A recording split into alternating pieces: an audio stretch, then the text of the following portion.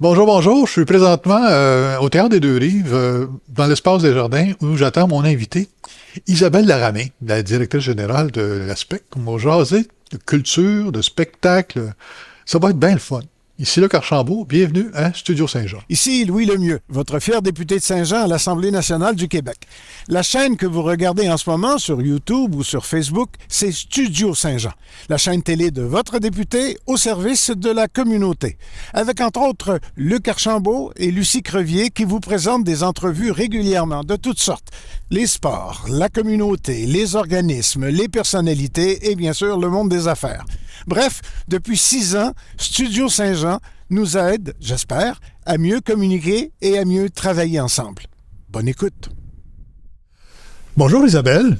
Bonjour Luc. Écoute, je suis bien content de te rencontrer aujourd'hui parce que tu pars bientôt pour comment je pourrais dire, une nouvelle naissance, en fin de compte, une renaissance. Oui, c'est l'année des grands projets pour Isabelle Laramé, effectivement. Ben oui, puis en plus, ça, à part du bébé qui s'en vient, évidemment, tu as aussi un bébé de l'ASPEC, dernièrement, depuis janvier, en fin de compte, la nouvelle directrice générale.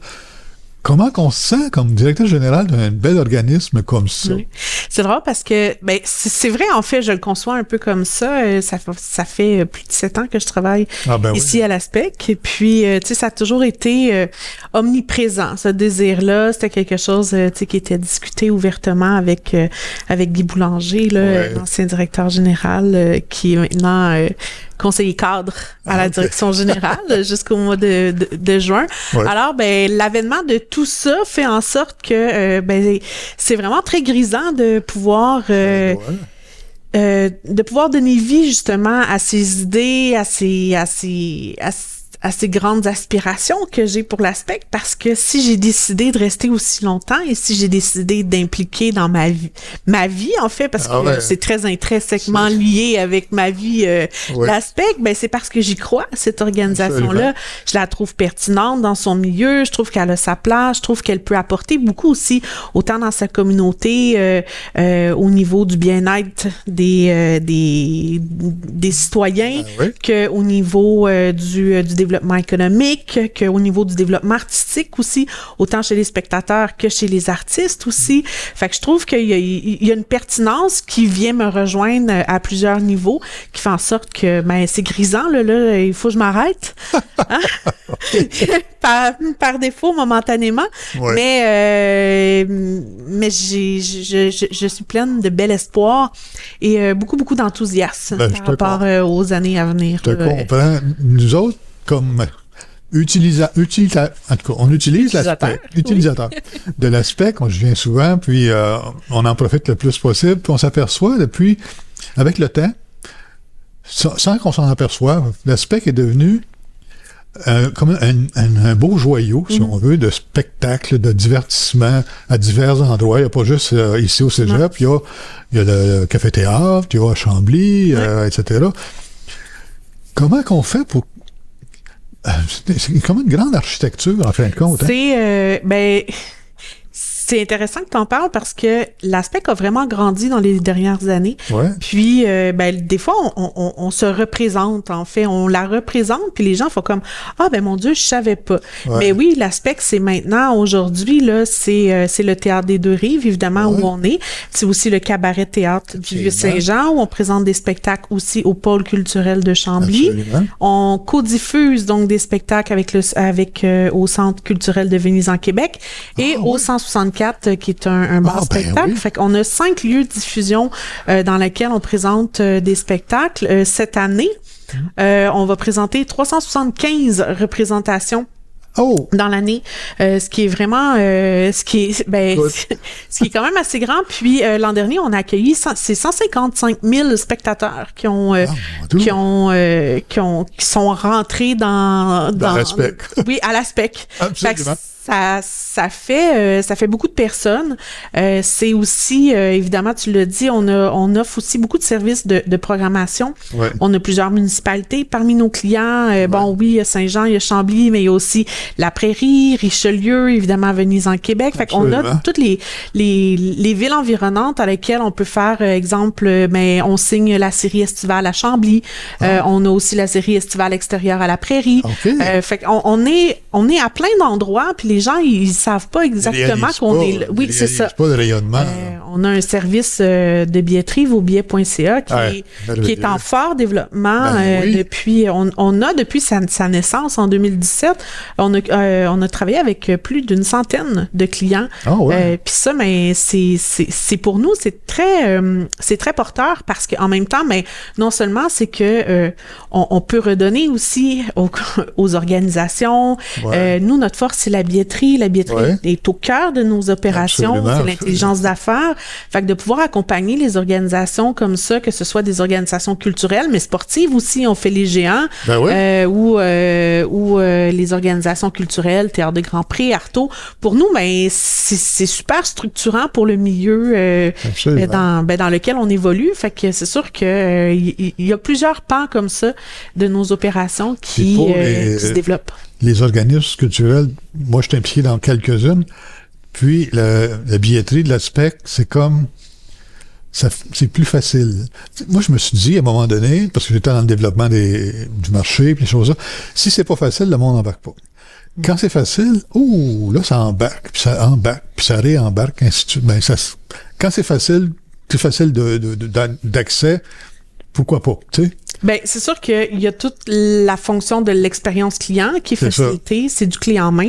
Là, ben là, on parle à l'ancienne fille du marketing qui rejaillit soudainement, mais la billetterie, c'est aussi les informations sur la clientèle. Absolument. Puis, ça fait en sorte que les organismes de la région peuvent tabler sur une plus grande refréquentation de leur public. Fait que c'est cette volonté-là de fidéliser, en fait, d'être capable de recommuniquer avec notre public, que ce soit de n'importe quel événement, ben à ce moment-là, pour l'organisation qui organise justement un événement, ben à l'an 1, à l'an 2, à l'an 3, de pouvoir recommuniquer avec la clientèle de l'année précédente, ben ça prend une expertise. Puis nous, on l'a, puis c'est ce qu'on offre en fait avec le service de vos billets, puis c'est grandement apprécié autant des clientèles, soit des OBNL, des organismes et même des municipalités aussi là. Oui, absolument. Parce que c'est une belle mesure. Moi, j'avais vu ça, j'ai eu cette expérience-là avec vous autres, avec le Théâtre de Grand Prix, par exemple. C'est vrai. On pouvait savoir qui venait au théâtre. Mm-hmm. Donc, quand tu sais qui vient, tu viens d'identifier ta clientèle, ton marché, finalement, tu sais. Absolument. Donc, à ce moment-là, tu peux faire en sorte que tu vas t'adresser plus facilement, plus précisément à ton marché. Moi, je trouve cette idée-là fantastique. Puis elle est encore fantastique parce que c'est encore là, tu sais. Bien, c'est sûr que nous, ça fait partie de notre ADN. Si on rejoint 155 000 spectateurs annuellement, c'est que on est vraiment des leaders dans le milieu, en fait, du secteur, là, pour tout ce qui est le marketing numérique. On a remporté, d'ailleurs, l'an dernier, le prix Rideau Communication Marketing pour vraiment être capable, on a vraiment créé un écosystème numérique dans laquelle il y a vraiment puis là mais cette année ça fait partie aussi des projets là, qui nous ont occupés. On a refait complètement tout le plan marketing dans lequel on a repensé aussi la conversation qu'on a avec notre public. Comment est-ce qu'on peut développer le public mais de manière pertinente aussi pour eux, c'est-à-dire que moi de par mon statut de diffuseur pluridisciplinaire, j'ai le devoir et la conscience en fait de présenter le maximum de disciplines pour justement offrir une grande variété d'expériences artistiques au plus grand nombre possible. Ce qui veut dire que je présente du cirque, je présente de l'humour, je présente de la danse contemporaine. Alors, comment est-ce que on est capable justement de donner envie d'aller plus loin, de découvrir? Évidemment, quand les gens viennent en salle, il y a tout un volet de médiation artistique qui est hyper important, qui est chapeauté par des gens professionnels là, dans laquelle on va aller créer des contacts avec les artistes et tout, mais en amont, avant la venue justement, dans les communications, comment est-ce que on donne, exemple, tout le concept de la découvrabilité des contenus? On en a là, des courriels, des sites web, on est là submergé. Mais comment est-ce que un samedi après-midi, je vais pouvoir inspirer Luc d'acheter une paire de billets pour un opéra flamenco? C'est une bonne question, puis c'est là-dessus qu'on travaille parce que c'est là en fait que qu'on se positionne comme leader culturel. C'est aussi d'être en mesure d'inspirer et de faire découvrir des œuvres qui autrement rayonneraient, mais peut-être à l'extérieur de notre communauté. Donc ça fait partie, ça c'est ancré dans notre mission en fait. On est une OBNL, on n'est pas un diffuseur privé, il y en a beaucoup autour de Montréal. Nous, on est un OBNL.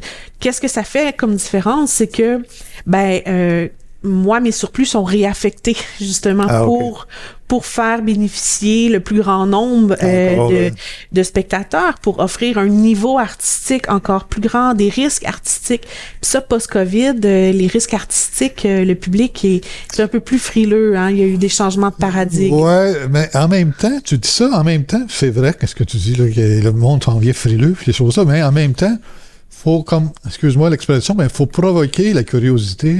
Absolument. Absolument. Puis moi, j'aime ça me faire provoquer parce que ça me fait, ça existe ça, tu sais, dans le genre, tu sais, juste ce que tu me tiens de dire, le flamenco, whatever. On a fait flamenco, qu'on a présenté en fin de semaine. Magnifique, les gens ont adoré. Écoute, c'est ça, c'est spectaculaire, tu vois, on voit jamais ça. À moins d'aller en Espagne, puis encore, tu sais. Bon. c'est une blague plate, là, mais, c'est de stimuler la curiosité. Moi, en tout cas, je trouve ça stimulant. Quand je vois votre revue ou je vois sur votre site web, puis que je me cherche une soirée, une sortie, j'ai du choix, étourdissant, là, tu sais. Ben, dans les 2 dernières années, on a refait le plan stratégique de l'ASPEC, puis parce que justement, là, nos activités se sont grandement accrues, puis on a en fait regroupé là, sous 4 grands piliers là, tout le développement dans les années à venir. Évidemment, il y a tout le développement donc d'une mise en marché, donc communication, marketing, mais de manière innovante, axée sur les nouvelles technologies. Maintenant, il faut aller où les gens sont. Les gens viennent plus à nous. Fait que tu parles, tu sais, on parle justement, là, tu viens de nommer le magazine, les infolettes, les réseaux sociaux. On a tout un écosystème pour justement être capable d'aller rejoindre le plus grand nombre. Parler à ton monde. Là, présentement, on va implanter toute l'automatisation, la personnalisation des contenus selon votre profil de consommateur. On est là-dedans. On va arriver dans les prochains mois avec toute une nouvelle façon, là, comme je disais, justement, de communiquer avec vous, parce que avec la hausse du nombre de notre offre, il faut aussi être capable de bien vous accompagner dans ce que vous souhaitez voir. Absolument. Donc, la personnalisation des contenus commence à être franchement pertinente. Ouais. Après, dans un deuxième pilier, puis là, c'est là que le fait d'arriver à la direction générale est vraiment stimulant, c'est que on a on a un désir, en fait, cette année, on fête nos 35 ans, et on a, c'est pas, ça date pas d'hier. Absolument. Déjà, 35 ans. Puis, on a un désir de réaffirmer notre leadership dans la communauté. Puis comment? Mais c'est avec des initiatives comme vosbillets.ca, en aidant, en accompagnant, en fait, les autres, mais aussi en allant auprès du public, puis en offrant un produit artistique de haut niveau. Je te dirais, moi, que mesbillets.ca, c'est un outil pour vendre des billets, oui, mais en même temps, c'est un outil pour ceux qui ont des billets à vendre comme tu fais tantôt, réaliser le potentiel de cet outil-là pour mieux faire le spectacle, il faut en faire plus. C'est une centralisation de l'information aussi. C'est ça. À partir de maintenant, il y a des réflexes qui commencent à se développer. Que ce soit pour la nièce qui fait un spectacle de danse ou pour la soirée de financement de l'hôpital, on va sur vosbillets.ca. Ouais. Et là, en centralisant l'information, veux pas, ce sont des réflexes qui se créent. C'est- Puis ça l'aide ça l'évite justement de morceler toute l'offre Absolument. sur le territoire. Ouais. Puis un autre pilier évidemment là, qui est très très qui est très central là, dans les prochaines années, qui va arriver à l'ASPEC, c'est vraiment tout de solidifier en fait l'organisation, la solidifier autant dans ses relations avec son milieu. On parle beaucoup de public depuis le début, mais l'ASPEC c'est soutenu par différents partenaires. Évidemment, on a les subventionneurs provinciaux, fédéraux. Ah, ben oui. On a évidemment tous nos partenaires aussi municipaux. Ouais. On a un bel écosystème aussi au niveau de commandites, de partenariats qui sont indispensables parce que comment on peut solidifier une organisation? On a un budget annuel de 5 millions de dollars. J'ai 60 employés. Et... Moi, je me dois de solidifier l'organisation pour justement aller pérenniser toute cette offre-là, cette accessibilité-là aussi, parce que on n'en a pas parlé, mais le prix du billet n'a pas été indexé depuis des années. C'est vrai. Donc, si ici, demain matin, je mets le prix d'un billet de spectacle au coût réel, on coupe l'accessibilité à beaucoup de personnes. Probablement. Fait que c'est sûr que la diversification des revenus, comme on en parle, mais c'est sûr que moi, j'ai 73% de mes revenus qui provient justement de mon guichet, donc des revenus autonomes. Après, ben, il y a toute une autre diversification des revenus autonomes qui viennent justement des commandites, des services de programmation et tout, qui sont à la hauteur à peu près de 1,5% de mon financement annuel. Puis après, ben, on va aller s'accoler les subventions fédérales, provinciales, à peu près autour de 14%, et mon financement municipal qui est autour de 1,7%. Fait que c'est sûr que cette structure-là de diversification des revenus est très importante, surtout pour aller dans les années à venir. Tu sais, la culture vit présentement des périodes de chamboulement. C'est pas acquis pour tout le monde de fréquenter les arts. Cette sensibilité-là, il faut investir aussi pour justement rester pertinent dans son milieu, trouver aller chercher cette nouvelle clientèle-là qui viennent d'arriver, soit une clientèle des nouveaux arrivants, une clientèle aussi, les bassins de population ont bougé dans les dernières années, donc il faut aller se faire connaître. Puis il y a tous les nouveaux là, les nouveaux venus dans le public qui ont eu 18 ans, 20 ans, 25 ans, 30 ans, qu'est-ce qu'ils veulent? C'est ça, c'est une grande question. Qu'est-ce qu'ils veulent? On fait plusieurs initiatives.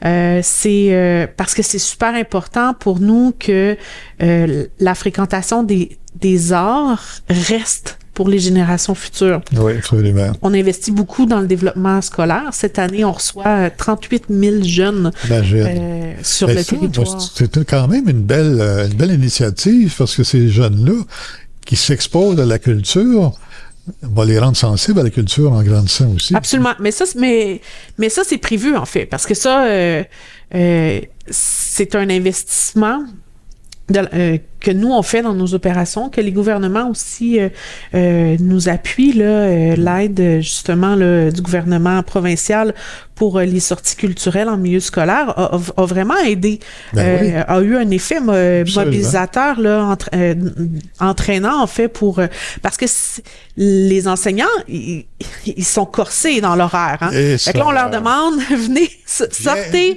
gérez les autobus, les jeunes, venez-vous-en, mais c'est tellement important pour le développement parce que c'est prouvé, il y a une étude qui est sortie dans les dernières années où plus le jeune fréquente, en fait, plus les jeunes fréquentent les arts de la scène à l'enfance, plus cette sensibilité-là, cet intérêt-là va rester. Absolument. Et ceux qui fréquentent justement les arts de la scène et les arts en général, en fait, à leur vie adulte, ben c'est ceux qui ont été en contact avec l'enfance.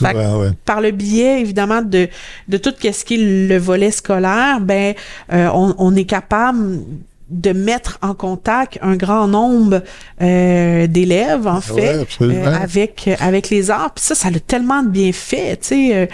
C'est prouvé, fréquenter les arts, ça diminue l'anxiété, ça augmente le bien-être. Ça rend de bonne humeur. C'est une ouverture sur le monde, sur l'autre. C'est une réponse à bien des questions qu'on nous posons collectivement dernièrement. Oui, effectivement. Fait que c'est tout ça, c'est notre mission, en fait. C'est ancré dans la mission, ça. C'est une mission importante, bien importante. On s'en aperçoit pas, là, mais c'est très important. Absolument. T'sais, au-delà du divertissement, l'art fait grandir.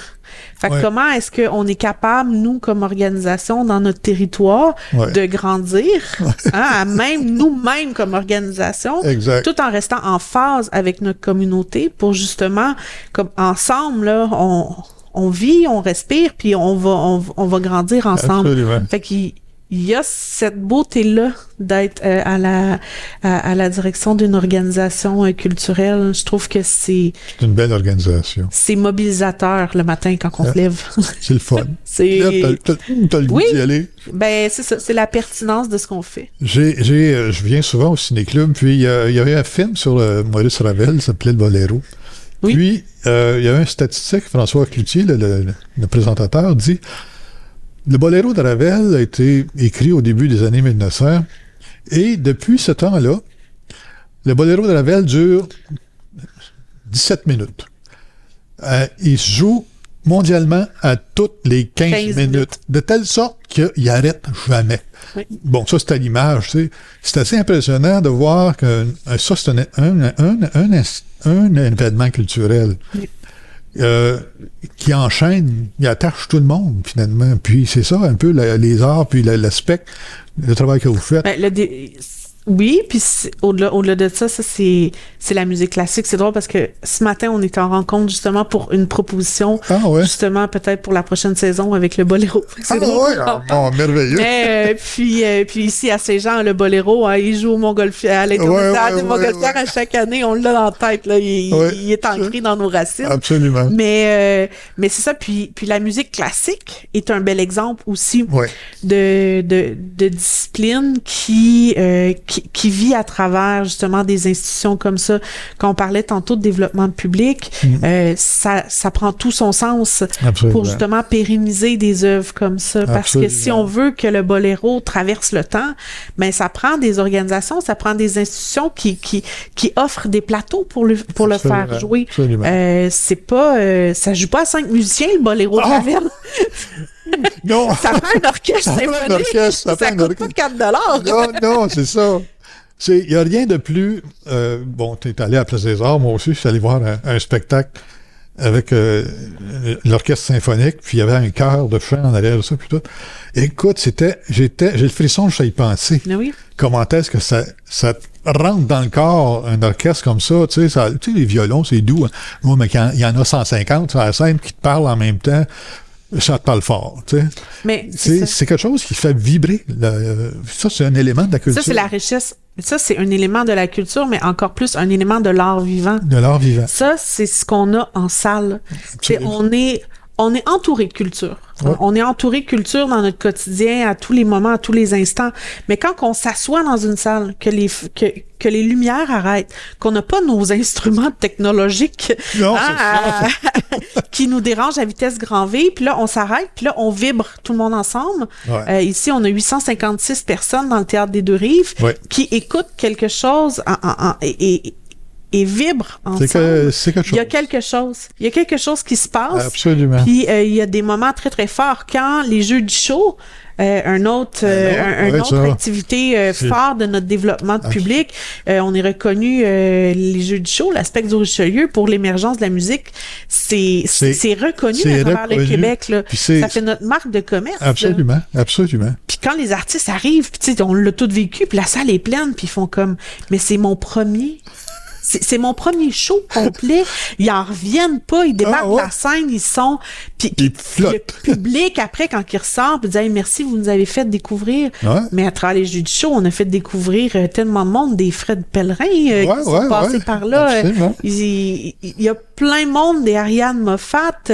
Puis à l'époque, ils étaient pas connus. Puis aujourd'hui, on leur en parle, puis ils s'en rappellent encore. Écoute, c'est des idoles aujourd'hui, pratiquement. Là. Absolument. T'sais. Ils viennent ici, puis ils se rappellent, ah oui, l'aspect que j'étais venu un moment donné, le jeu du show, mon premier show complet.